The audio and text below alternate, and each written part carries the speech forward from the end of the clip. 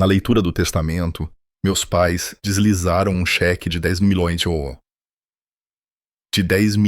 de reais sobre a mesa polida para minha irmã. Então, eles se viraram para mim com um sorriso que cortava como vidro e disseram: "Vá conquistar o seu." Eu fiquei paralisado, o pulso martelando em meus ouvidos, até que o advogado do meu avô se levantou. Ele pegou um envelope lacrado com meu nome. A atmosfera da sala mudou. O sorriso da minha mãe se despedaçou. Ela começou a gritar antes mesmo que uma única palavra fosse lida. Esse foi o momento em que tudo o que eu achava que sabia sobre minha família se partiu. Eu sou Lucas Mahan e esta é a minha história. Antes de compartilhá-la, eu adoraria saber que você está aqui comigo. Deixe um simples oi nos comentários ou me diga de onde você é. Às vezes, uma única palavra pode me lembrar que não estou sozinho. Obrigado. E agora, deixe-me contar tudo. Se minha história tocar você, por favor, clique em inscrever-se. Cada vez que você segue, comenta ou compartilha, ajuda minha voz a alcançar além dos muros que um dia tentaram me silenciar. A propriedade dos Marin, em Campos do Jordão, São Paulo, brilhava com pisos de mármore polido e paredes repletas de retratos a óleo de ancestrais com quem nunca me senti aparentado. A família inteira se reuniu para a leitura do testamento após o falecimento da minha bisavó, junto com advogados, conselheiros e alguns representantes cuidadosamente escolhidos do conselho da Fundação Marin. Todos pareciam à vontade naquela grandeza, exceto eu. Eu estava sentado, rígido, em um terno que parecia emprestado da vida de outra pessoa, dolorosamente ciente de que meu lugar ali havia sido conquistado não por respeito, mas por obrigação. Eu sempre fui o estranho na minha família.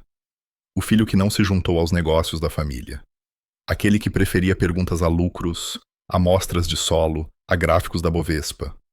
Para eles, eu era o filho desgarrado, trazido pela maré para sua praia imaculada por acidente. Até mesmo com o convite para a leitura do testamento não passou de um e-mail copiado, enviado no último minuto, como um lembrete para levar o lixo para fora. Larissa, minha irmã, prosperava naquela sala. Ela era elogiada infinitamente, pintada como a herdeira moral do legado da família, a filha de ouro que nunca falhava. As pessoas se inclinavam em sua direção, riam de suas piadas ensaiadas, chamavam-na de a personificação dos valores Marin. Eu a observava absorver tudo, cada sorriso, uma performance ensaiada para uma plateia que a adorava. O advogado pigarreou, o ar ficando mais tenso. "Para Larissa, vale Marin." Ele anunciou. "Deixamos 10 milhões de reais e a posição de supervisora da Fundação Marin." Aplausos educados circularam pela sala e senti o peso dos olhares se voltando para mim, em expectativa. A mão do meu pai repousava, presunçosa, sobre o pulso da minha mãe. Eles já sabiam o que estava por vir. "E para Lucas Marin", continuou o advogado, percorrendo a página. A nota diz simplesmente: "Lucas é brilhante. Ele construirá o seu próprio." Eu fiquei paralisado. Meu rosto não demonstrou mas meu peito queimava. As palavras ecoavam em minha cabeça como um tapa. Construir o meu próprio. Essa era a maneira deles de dizer: "Você não é um de nós. Conquiste seu valor fora destes muros." Forcei-me a manter a compostura, embora por dentro eu estivesse oco, humilhado. Minha irmã deu um sorriso de escárnio, sem nem tentar esconder. Minha mãe me olhou com aquele ar, metade pena, metade satisfação. Meu pai cruzou as pernas, desinteressado, já seguindo em frente. E então, uma mudança. Dr. Arthur Lins, o advogado particular do meu avô, Levantou-se da cadeira. Sua voz era firme, deliberada. Há mais um documento. Não pertence aos registros oficiais da propriedade. Foi submetido há 6 anos sob instrução explícita de que fosse aberto apenas na presença de Lucas. Minha mãe se levantou de um salto, o pânico quebrando sua postura. Nós concordamos que isso não seria lido. Sua voz cortou a calma polida, tremendo com um medo que eu nunca tinha visto nela. Arthur a ignorou. De sua pasta, ele tirou um envelope amarelado pelo tempo, selado com cera. Minha garganta secou quando vi a caligrafia. Traços fortes, deliberados. A letra do meu avô. Ele o colocou gentilmente na minha frente. Para Lucas, dizia na frente. Para quando mais importar. Meus dedos tremeram quando o alcancei, ciente de que cada par de olhos na sala estava em mim, e que o que quer que estivesse ali dentro tinha o poder de desfazer tudo o que eu pensava que sabia. Deixei Campos do Jordão na manhã seguinte, o envelope ainda lacrado, mas pesado no meu bolso. As instruções do meu avô me apontavam para o sertão, para um lugar que vivia mais na memória do que na realidade, uma fazenda no interior de Pernambuco. Eu não voltava lá desde minhas férias de adolescente, quando a fazenda era um santuário de estradas de terra, tardes queimadas de sol e o cheiro de fumaça de lenha de algaroba. Era também o lugar que eu fora silenciosamente proibido de retornar, como se minhas visitas nunca tivessem existido. A fazenda não havia mudado. As paredes de taipa estavam desgastadas, o portão torto, o cajueiro no quintal torcido para o leste, como sempre. Mas caminhar até aquela varanda não parecia um retorno ao lar. Parecia aproximar-se de um cofre trancado de memórias. Quando a porta se abriu, preparei-me para o silêncio. Em vez disso, ouvi a voz dela, afiada, implacável. Então, você finalmente decidiu aparecer. Minha avó, Alma, estava parada ali, braços cruzados, olhos como pederneiras. Ela já fora calorosa, uma força de histórias e risadas. Agora, seu rosto carregava apenas uma fria contenção. Vó, gaguejei. Eu vim assim que... Ela me cortou, amargura na voz. Jacó ligou para você todos os dias em seu leito de morte. Ele perguntou por você. Pensamos que você estava muito ocupado, que tinha uma vida nova, sem tempo para o adeus de um velho. Minha garganta se fechou. Isso não é verdade. Eu nunca recebi uma ligação, nenhuma. Ela se virou, desaparecendo na sala de estar, deixando-me enraizado na soleira da porta. Quando voltou, segurava um bloco de notas de couro gasto, suas páginas enroladas nas bordas. Ela folheou até o final e apontou o dedo para a última página. Linhas de caligrafia cuidadosa. Datas, horários e o mesmo número discado repetidamente. Eu encarei. Não era o meu, nem de perto. Eu mantinha o mesmo número desde a faculdade. A voz de Alma vacilou. Eles nos disseram que você tinha mudado, que não queria ser encontrado, que tinha vergonha de nós. A ficha caiu como um soco. Larissa. Ela sempre esteve perto do vovô, sempre gerenciando seu telefone, seus compromissos. Ela havia trocado o número. Cada ligação destinada a mim tinha sido engolida por sua interferência. Meu peito se esvaziou. As conversas que eu pensei que nunca tinham vindo. O silêncio que eu pensei ser escolha dele. Nada disso tinha sido real. Eles não me deixaram estar lá. Alma afundou na poltrona, suas mãos tremendo. Ele perguntou por você até o último suspiro. Eu não conseguia respirar. Minha voz falhou. Eu não sabia. Eu juro que não sabia. A sala pareceu desmoronar para dentro, pesada, com o peso do tempo perdido. Segui Alma até o velho celeiro que cheirava a poeira e óleo. Um lugar onde eu não entrava desde os 14 anos. Em meio à desordem, encontrei uma caixa etiquetada com meu nome. Dentro havia arquivos, esboços e plantas. Um projeto inteiro para um centro de pesquisa ecológica. Na primeira página, com a letra do meu avô. Quando Lucas estiver pronto, esta terra é dele. Cavei mais fundo e descobri um antigo HD externo. Minhas palmas suaram enquanto eu o conectava a um notebook enferrujado que ainda estava na bancada. A tela piscou e então a voz dele preencheu a sala. A voz de Jacob Maran, firme, mas fraca com a idade. Não deixe seu nome existir apenas no sistema deles. Grave-o no solo com suas próprias mãos. Esta terra se lembrará de você, mesmo que eles escolham não se lembrar. Sentei-me com força no banco de madeira, o ar seco queimando meus olhos. A noite caiu lá fora, o vento seco do sertão uivando pelos campos. Saí para a terra rachada, o céu estendido acima de mim, estrelas queimando frias e distantes. Abaixei-me até o chão. Estava seco, fraturado, esquecido. E, no entanto, sob o luar, parecia vivo, como se estivesse esperando. Algo mudou dentro de mim.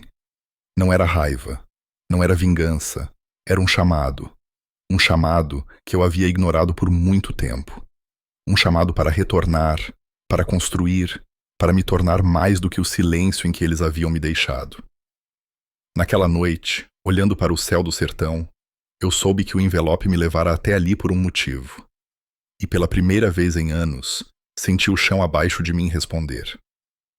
A fazenda estava silenciosa, exceto pelo gemido constante do catavento e o farfalhar seco das folhas contra as paredes de taipa. Eu estava vivendo entre caixas há uma semana, organizando décadas de papéis esquecidos, ferramentas enferrujadas, potes de amostras de solo preservadas, cadernos empilhados em pilhas desiguais. A poeira grudava em tudo. E cada objeto que eu tocava parecia carregar peso e acusação. Uma tarde, enquanto limpava a prateleira mais distante do celeiro, eu o encontrei. Um pequeno caderno desbotado com uma capa de couro rachada. Minha respiração falhou quando percebi o que era. O caderno de verão. Eu tinha 13 anos quando meu avô me deu. Tínhamos passado longas tardes ajoelhados na terra, medindo níveis de umidade, registrando como os organismos do solo mudavam sob o calor, rindo quando nossos pequenos potes de vidro explodiam com o acúmulo de gás. Ele havia escrito suas descobertas em letras de forma nítidas, enquanto as minhas eram tortas, bagunçadas, mas sempre ansiosas.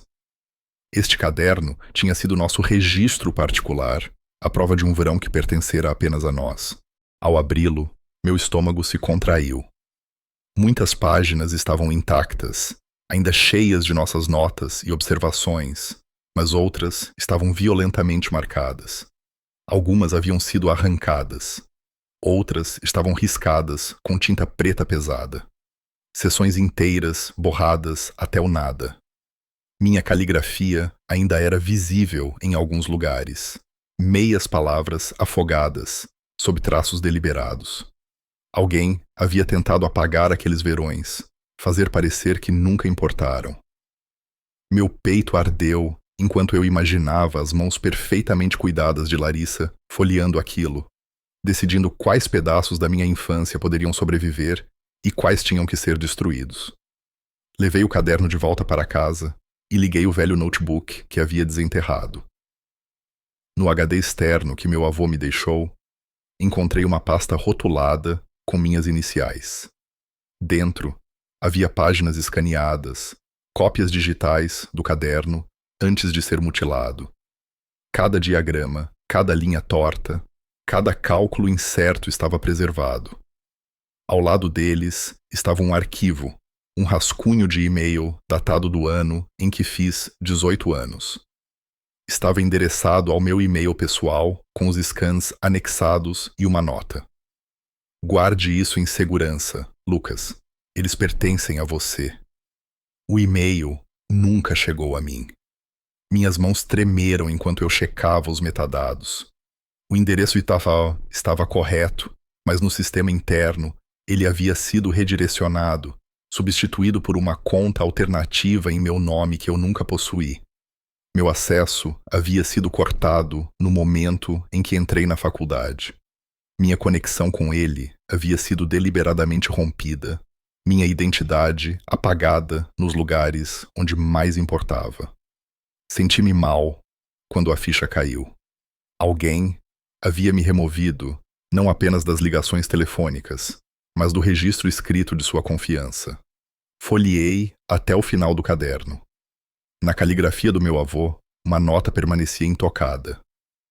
Eles achavam que era fraqueza fazer perguntas demais, mas aqueles que nunca perguntam nunca farão nada novo. As palavras me atingiram como uma mão no meu ombro, vinda através do tempo. Um lembrete de que minha curiosidade nunca tinha sido o problema, sempre fora minha força. Na mesma caixa, enrolado e quase esquecido, havia um mapa grande. Eu o estendi sobre a bancada, as bordas enrolando como pergaminho antigo. A caneta meticulosa do meu avô havia desenhado regiões de terra, lotes marcados com símbolos e notas. Meus olhos pararam em um círculo vermelho, perto de Curitiba, Paraná. Ao lado, em letras maiúsculas, ele havia escrito: Expansão, fase 2. Tracei o círculo com o dedo. Não se tratava apenas desta fazenda em Pernambuco. Ele havia imaginado algo maior, uma rede de centros de pesquisa que poderia ligar comunidades e projetos de solo entre os estados. Ele estava planejando que eu levasse isso adiante, que expandisse o trabalho além do alcance de um homem só. Naquela noite, sentei-me à mesa da cozinha, o caderno aberto ao meu lado, o mapa estendido sobre a madeira, o HD externo brilhando suavemente na luz fraca. Pensei no sorriso de escárnio da minha irmã, naquela sala em Campos do Jordão, no grito da minha mãe, no silêncio do meu pai. Pensei em cada página apagada, cada chamada silenciada. E então pensei neste mapa, nestes planos, neste voto silencioso de confiança de um homem que me viu quando ninguém mais via. Tomei minha decisão. Eu construiria o centro exatamente como ele havia projetado, não por vingança, não para humilhá-los, mas para criar algo tão inegável que eles nunca mais poderiam me apagar. Uma semana depois, a fazenda parecia menos uma relíquia abandonada e mais um lugar despertando para a Bahia. O celeiro estava limpo, a poeira varrida de cantos que não viam a luz em anos. Eu havia desempacotado o equipamento deixado para trás. Microscópios, tubos de ensaio polidos, amostras de solo alinhadas, reetiquetadas. Pela primeira vez desde sua morte, o lugar respirava novamente. Naquela manhã, minha avó Alma fez algumas ligações. À tarde, o som familiar de portas de carro ecoou pelo ar seco. Fiquei na cozinha, mãos apoiadas na borda da mesa, ouvindo enquanto a porta da frente se abria e passos cruzavam o piso de madeira. A voz de Larissa soou primeiro, pingando zombaria. Então, foi isso que ele deixou para você? Um celeiro cheio de terra. Minha mãe a seguiu, seu tom adoçado com condescendência. O cheiro é exatamente o mesmo de sempre. Que pitoresco. A voz do meu pai era baixa, uniforme, como se estivesse calculando. Eu pensei que este assunto já estava resolvido. A voz da vovó Alma cortou, afiada. Sentem-se. Há uma última nota que Jacó deixou para ser lida, mas somente quando todos vocês estivessem aqui. A sala ficou mais silenciosa enquanto as cadeiras arrastavam no chão. Dr. Arthur Lins, firme como sempre, tirou outro envelope de sua pasta. Ele ajustou os óculos, quebrou o selo e começou a ler. Jacó Marin deixa para a fazenda em Pernambuco, o equipamento de pesquisa e o fundo de fomento Marin para seu neto, Lucas Marin. As palavras caíram como pedras em água parada. O rosto da minha mãe endureceu. Meu pai se mexeu na cadeira, desconfortável. Larissa se pôs de pé, a voz subindo de fúria. Isso é uma loucura! Deveria ter sido meu. Fui eu quem ficou ao lado dele. Fui eu quem cuidou dele. Ele me prometeu. Eu dei um passo à frente, minha voz firme, mas gasta por anos de silêncio. Você não cuidou dele. Você o controlou. Você mudou o número dele para que eu não pudesse ser encontrado. Você me cortou. O rosto de Larissa corou. Isso é mentira! Eu peguei o HD externo, abri o arquivo e deixei a voz de Jacó preencher a sala. Eu liguei para o número que ela me deu. De novo e de novo. Nenhuma resposta. Nenhuma resposta. Eu não entendo por que Lucas não quer falar comigo. A gravação terminou em estática. O silêncio que se seguiu foi ensurdecedor. Meu pai encarava o chão, maxilar cerrado. Minha mãe explodiu, batendo a mão contra a senha da mesa. Isso não prova nada. Você não tem autoridade aqui. Esse advogado não tem o direito de distribuir nada. Mas Alma se levantou. Costas retas, sua voz tremendo, não de fraqueza, mas de fogo. Chega. Meu marido me disse uma vez que a família tentaria esmagar Lucas. Ele disse: se o menino voltar, significará que ele sobreviveu a eles. E aqui está ele. Ela se virou para eles, seus olhos frios e finais. Vocês não vão tirar isso dele. Pela primeira vez na vida, olhei para minha família e não senti medo. O poder deles, a riqueza, o julgamento, tudo parecia oco. O que eu via em seus rostos agora não era domínio, mas exposição. A performance havia acabado, e a verdade estava parada na frente deles. A sala ficou congelada, cada respiração suspensa. Eu sustentei o olhar deles, firme e inabalável. E naquele momento, eu soube que o silêncio que eles haviam me imposto estava quebrado, e não havia como voltar atrás. Após o confronto na casa de Taipa, eles foram embora. O silêncio do meu pai se arrastou atrás dele como uma sombra. A fúria da minha mãe permaneceu no ar, e o olhar de Larissa prometia mais batalhas. Fiquei em Pernambuco, cercado por caixas de papéis, o eco da voz do meu avô ainda ressoando em meus ouvidos. Pela primeira vez, senti que a fazenda não estava abandonada. Era um lugar esperando para falar, e eu estava finalmente pronto para ouvir. O jornal local ficou sabendo do que havia acontecido.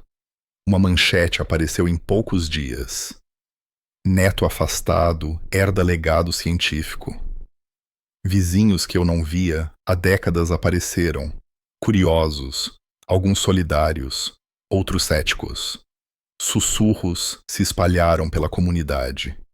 O que antes era uma luta privada, agora era pública. E com a publicidade veio a resistência. Não demorou muito. Um mensageiro chegou uma manhã com uma carta timbrada por um escritório que reconheci. Larissa havia entrado, através de seus próprios advogados, exigindo que o segundo testamento fosse anulado. Sua alegação era direta. O adendo era inválido, nunca registrado pelos canais corporativos e, portanto, inexequível. Encarei as páginas, meu pulso se firmando, enquanto o peso do que eu suspeitava se tornava real. Isso não terminaria com assinaturas em papel. Isso era guerra. Naquela noite, vasculhei mais arquivos antigos do meu avô, procurando por qualquer coisa que pudesse resistir à tempestade que se aproximava. Em um baú de cedro, sob pilhas de relatórios de solo, encontrei uma pasta rotulada PSO. Dentro havia um certificado arquivado há 6 anos, registrando o Projeto Memória do Solo como uma entidade independente. O beneficiário listado, eu. Ele tinha feito isso silenciosamente, escondendo até o momento em que eu estivesse pronto. A previdência era impressionante. Ele não apenas me deixou à terra, ele me armou com os meios para defendê-la. Vasculhando mais fundo, no antigo HD, descobri outro conjunto de documentos. E-mails escritos pelo meu avô para Larissa. Eram diretos, suplicantes. Não interfira no contato de Lucas. Ele precisa saber que estou ligando. Nenhuma dessas mensagens jamais havia sido divulgada, muito menos reconhecida. Meu estômago revirou enquanto eu a imaginava deletando-os, construindo sua narrativa perfeita enquanto ele esperava que eu atendesse a um telefone que nunca tocou. Quanto mais eu descobria, mais eu percebia o quão cuidadosamente os muros ao meu redor haviam sido construídos, e quão determinado meu avô esteve em desmontá-los, mesmo depois de ter partido. Então vieram as ligações de repórteres. Primeiro, uma pequena revista de ciências, depois jornais regionais, depois veículos nacionais. Eles queriam falar sobre o legado esquecido de Jacó Marim, sobre mim, sobre o projeto Memória do Solo. Hesitei, ciente de que cada palavra poderia acender um fogo maior, mas eu também sabia que o silêncio fora a arma deles contra mim por muito tempo. Recusar-me a falar só os serviria novamente. Dei minha primeira entrevista, sentado à velha mesa da cozinha da fazenda. Falei sobre solo, sobre comunidade, sobre o que meu avô havia construído e o que ele havia sonhado. Mas também falei sobre ser cortado, sobre ser silenciado, sobre ser forçado às margens da minha própria família. O artigo saiu com o título De Esquecido a Fundador, a nova voz do legado, Marim. Quando a história se espalhou, a escolha ficou clara. Eu não podia ficar escondido em Pernambuco, esperando o próximo golpe legal. Meu avô havia marcado um círculo vermelho em um mapa perto de Curitiba por um motivo. Era para crescer além desta fazenda. Ele me dera o projeto e era minha vez de trazê-lo à vida. Embalei as plantas, o caderno, o certificado do projeto Memória do Solo e o HD externo. Deixar o sertão foi como arrancar raízes, mas também foi como plantar novas em outro lugar. Eu não era mais apenas um neto herdando papéis. Eu era um construtor e estava pronto para construir algo que nunca mais pudesse ser apagado. Curitiba cheirava a chuva e pinheiros. O galpão que encontrei não era grande coisa, apenas um prédio oco com janelas rachadas e vigas enferrujadas. Mas quando entrei, já podia imaginar bancadas alinhadas com equipamentos, paredes cheias de gráficos e estudantes debruçados sobre microscópios. Seria o começo do projeto Memória do Solo, não como uma relíquia da visão do meu avô, mas como uma continuação viva dela. Não fiquei sozinho por muito tempo.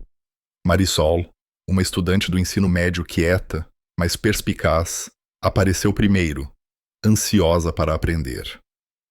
Ravi, um estudante de pós-graduação, com mais esperança teimosa do que recursos, juntou-se logo depois. Tina, uma mãe solo, que havia abandonado seus próprios estudos anos atrás, ofereceu seu tempo em troca da chance de fazer parte de algo real. Juntos varremos, pintamos, refizemos a fiação e transformamos a casca vazia em um laboratório. A notícia se espalhou rapidamente. Artigos me descreviam como o neto expulso, agora se erguendo para construir um centro científico. Alguns aplaudiam, alguns zombavam, mas todos prestavam atenção. Essa atenção trouxe mais do que voluntários. Trouxe minha família de volta à cena. O processo se intensificou. Larissa e meus pais entraram com uma nova liminar exigindo que eu fosse proibido de usar o nome Marin em qualquer projeto científico. Eles alegaram que eu estava manchando uma reputação que passaram décadas construindo. A audiência foi marcada. Pela primeira vez, eu teria que enfrentá-los não em cozinhas particulares ou casas de fazenda empoeiradas, mas na luz fria de um tribunal, com estranhos assistindo. Na manhã do julgamento, entrei no tribunal com o Dr. Arthur Lins ao meu lado. Câmeras disparavam, repórteres gritavam perguntas, mas mantive minha cabeça erguida. Lá dentro, os bancos se encheram de espectadores, cidadãos curiosos e jornalistas rabiscando notas. Minha mãe estava sentada, rígida, pérolas ao redor do pescoço, olhos cheios de desdém. Meu pai olhava para a frente, sem emoção. A postura de Larissa irradiava confiança, mas suas mãos não paravam quietas sobre a mesa. Os argumentos começaram. O advogado deles me pintou como um desertor, um filho que abandonou sua família, um nome que não merecia mais proteção. Minha mãe se levantou e acenou com documentos adulterados, alegando que provavam que eu havia rejeitado todo o contato. A sala zumbia com murmúrios, a narrativa que eles construíram por anos, agora encenada em um palco. Quando foi nossa vez, Lin se levantou, calmo e firme. Ele tocou uma gravação. A voz do meu avô encheu o tribunal. Se o nome Marn deve continuar, que seja através de Lucas. Ele é o único que entende o solo. O resto deles só entende o palco. O silêncio que se seguiu foi mais pesado do que qualquer martelo. Um ex-funcionário da corporação Marim, então, assumiu o depoimento, voz trêmula, mas firme. Ele descreveu como Larissa havia ordenado mudanças no sistema de contato interno, redirecionando chamadas e deletando registros. A verdade, dita em voz alta, perfurou a armadura polida que minha família usava. Eu forneci os e-mails, aqueles que meu avô enviara a Larissa, implorando para que ela não interferisse. Eles iluminaram as telas do tribunal, inegáveis e condenatórios. Então, Alma entrou. Minha avó, que um dia duvidou de mim, que me acusou de não aparecer, tomou seu lugar na plateia. Quando chamada para falar, ela se ergueu com uma bengala na mão, sua voz trêmula, mas forte. Jacó confiava em Lucas. Eu errei em ficar em silêncio. Não ficarei em silêncio novamente. Eu estou com ele. A sala mergulhou em quietude. Repórteres rabiscavam furiosamente, mas eu não senti nada além da batida do meu coração. Eu me levantei e olhei para o juiz, minha família, a audiência. Pela primeira vez, deixei as palavras virem sem medo. Eu não estou aqui para implorar pelo nome Marn. Eu disse. Estou aqui para provar uma coisa. Legado não está nos aplausos daqueles que se sentam no topo. Está nas mãos daquele que continua plantando, mesmo quando ninguém está olhando. A decisão do juiz veio rapidamente. O projeto Memória do Solo foi declarado meu, totalmente legítimo e independente. O nome era meu para carregar, não por causa da aprovação deles, mas porque havia sido escrito tanto na lei quanto na verdade. Enquanto minha família se retirava, rostos pálidos e derrotados, não senti triunfo, apenas certeza. Este não era o fim. Era o capítulo de abertura de uma luta que se estenderia muito além de um tribunal. Eles tentaram me enterrar sob o silêncio, mas o chão havia respondido. E agora era minha vez de continuar plantando. São Paulo tinha o cheiro elétrico da garoa na manhã em que cheguei para a Conferência de Agricultura Regenerativa. O salão de festas do hotel havia sido transformado em um corredor de banners, stands e palcos polidos, onde cada palavra deveria ecoar pela indústria. O projeto Memória do Solo havia conseguido um espaço no palco principal. 3 anos atrás, ninguém acreditaria. Agora, repórteres me seguiam com câmeras, murmúrios de curiosidade ondulando pela multidão. Nos bastidores, eu ensaiava silenciosamente, notas espalhadas diante de mim. Minha palestra não era sobre números ou prestígio. Era sobre o que meu avô me ensinou. Que o solo carrega memória, que bondade e cuidado podiam ser medidos em raízes e crescimento. Este era o meu momento de compartilhar isso com o mundo. A porta rangeu e Larissa entrou. Ela parecia impecável, seu blazer elegante, sua voz baixa e venenosa. Você vai falhar lá fora, ela sussurrou. Essas pessoas acreditam em nomes, não em vira-latas. Você não tem credibilidade. Tudo o que você tem é uma história que não vai se sustentar. Ela me deu um sorriso fino e virou nos calcanhares antes que eu pudesse responder. Quando subi ao palco, as luzes eram ofuscantes. Fileiras e mais fileiras de rostos se estendiam diante de mim. Cientistas, professores, estudantes, jornalistas. Meu coração batia forte, mas eu me mantive firme. Comecei a falar sobre o solo, sobre os milagres silenciosos que aconteciam sob nossos pés, sobre a memória gravada na terra pelo cuidado e pela negligência. No meio da palestra, minha mãe se levantou de seu assento.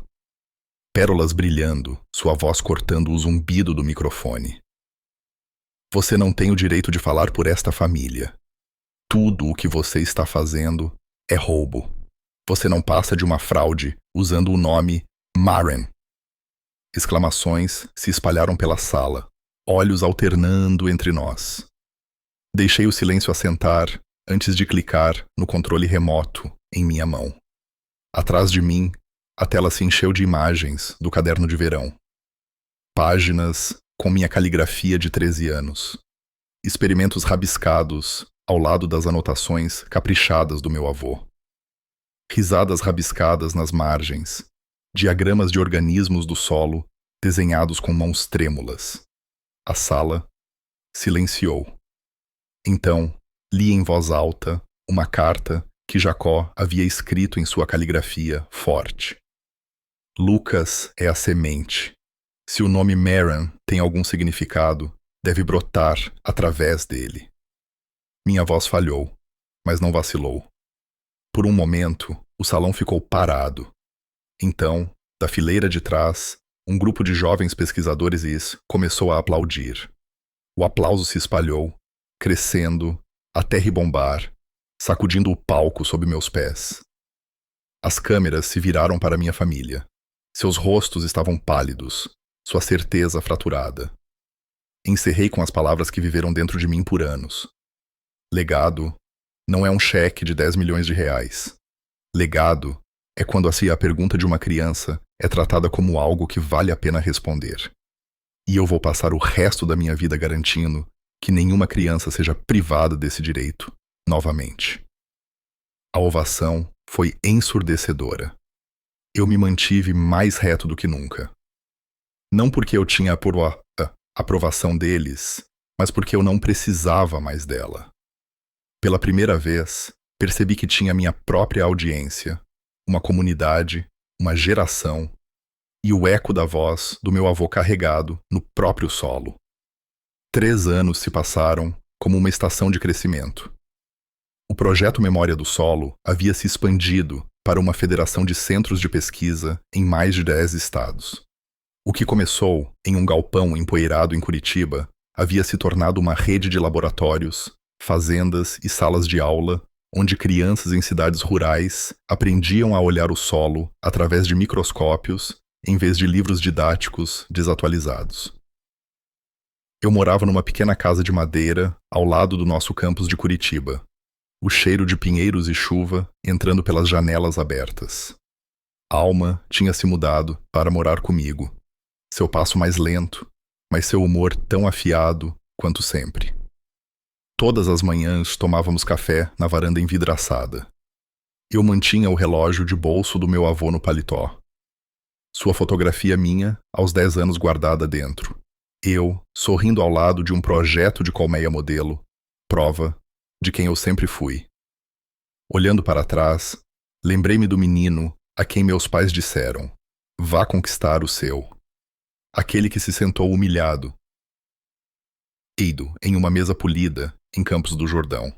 Aquele menino havia se tornado um homem que agora distribuía bolsas de estudo, construía acampamentos de ciências e dava às crianças um lugar onde suas perguntas não eram descartadas.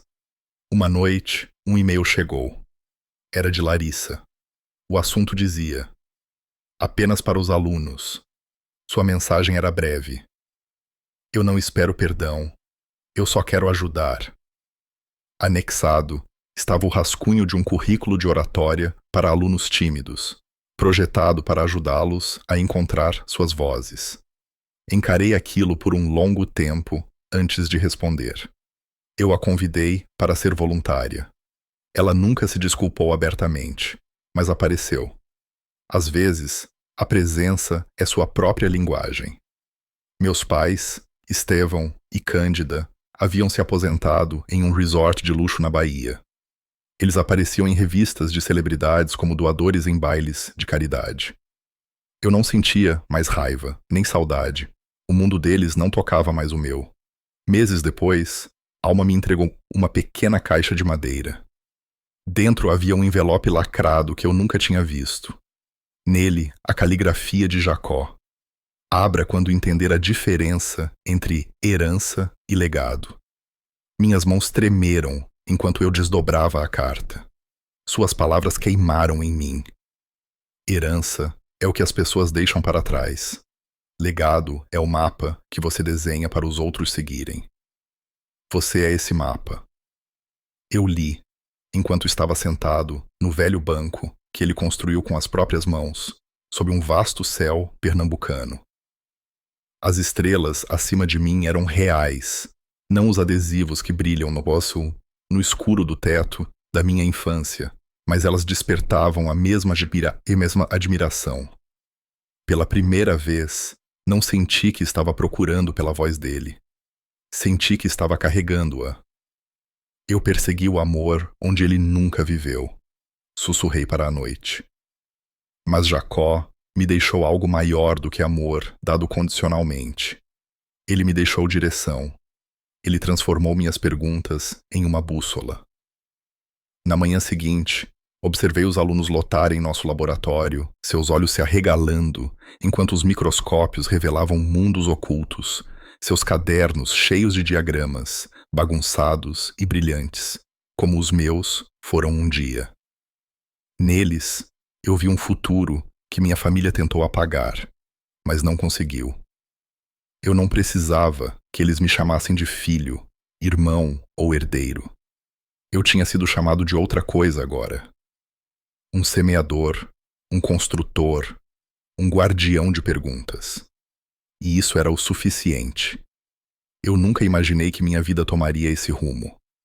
Durante anos, pensei que minha história terminava no dia em que meus pais empurraram um cheque para minha irmã e me disseram para ir conquistar o meu.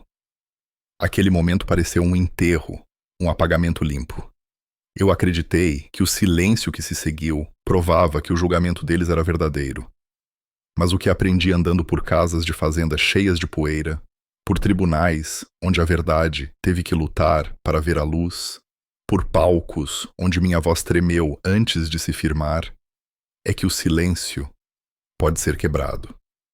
E quando finalmente é, ele carrega mais poder do que qualquer aplauso roteirizado. Penso frequentemente naquele menino de 13 anos, com terra sob as unhas, rabiscando notas no caderno de verão, fazendo perguntas que ninguém queria ouvir. Ele não sabia, então, que aquelas perguntas um dia o definiriam, ou que sua persistência em perguntar, mesmo quando ignorado, se tornaria o fio que amarrava sua vida inteira. O que minha família chamava de fraqueza, curiosidade, sensibilidade, fome de significado, era a própria coisa que me manteve vivo quando sua aceitação foi negada.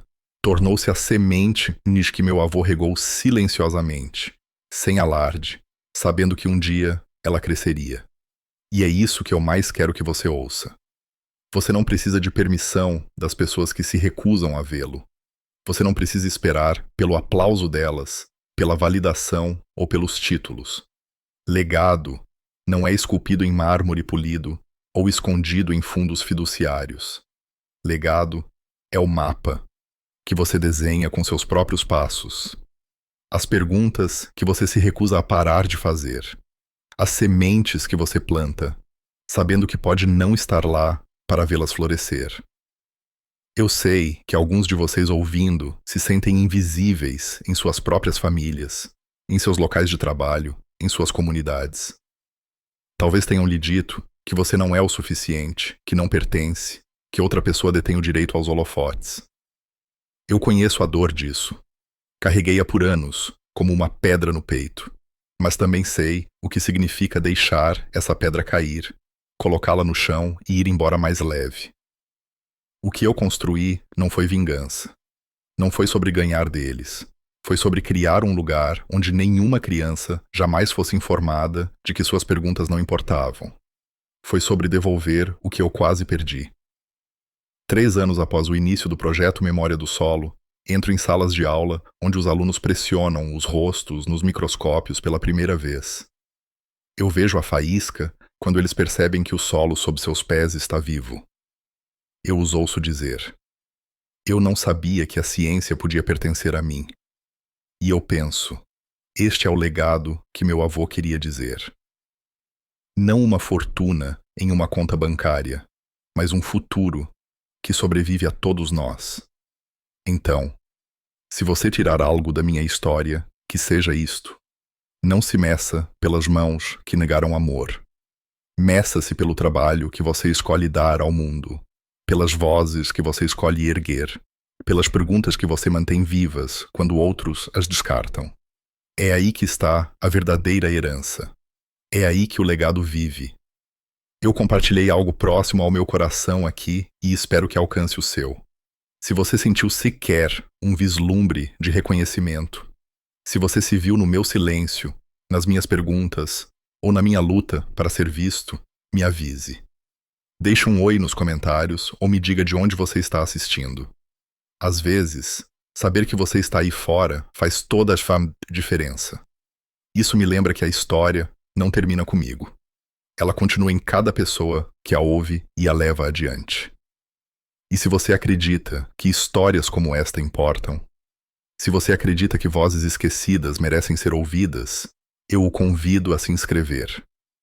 Cada seguidor, cada compartilhamento, cada palavra de encorajamento, seguinte, ajuda-me a empurrar essa voz para além dos muros que um dia tentaram contê-la. Não estou contando minha história apenas por mim. Estou contando por toda criança que se sentou em uma mesa polida e ouviu "Vá conquistar o seu". Por cada pessoa que pensou que suas perguntas eram pequenas demais para importar. Então, junte-se a mim. Caminhe comigo nisto. Carregue essas perguntas para o seu próprio solo, suas próprias famílias, suas próprias comunidades. Porque um dia, alguém olhará para trás e verá o mapa que você deixou.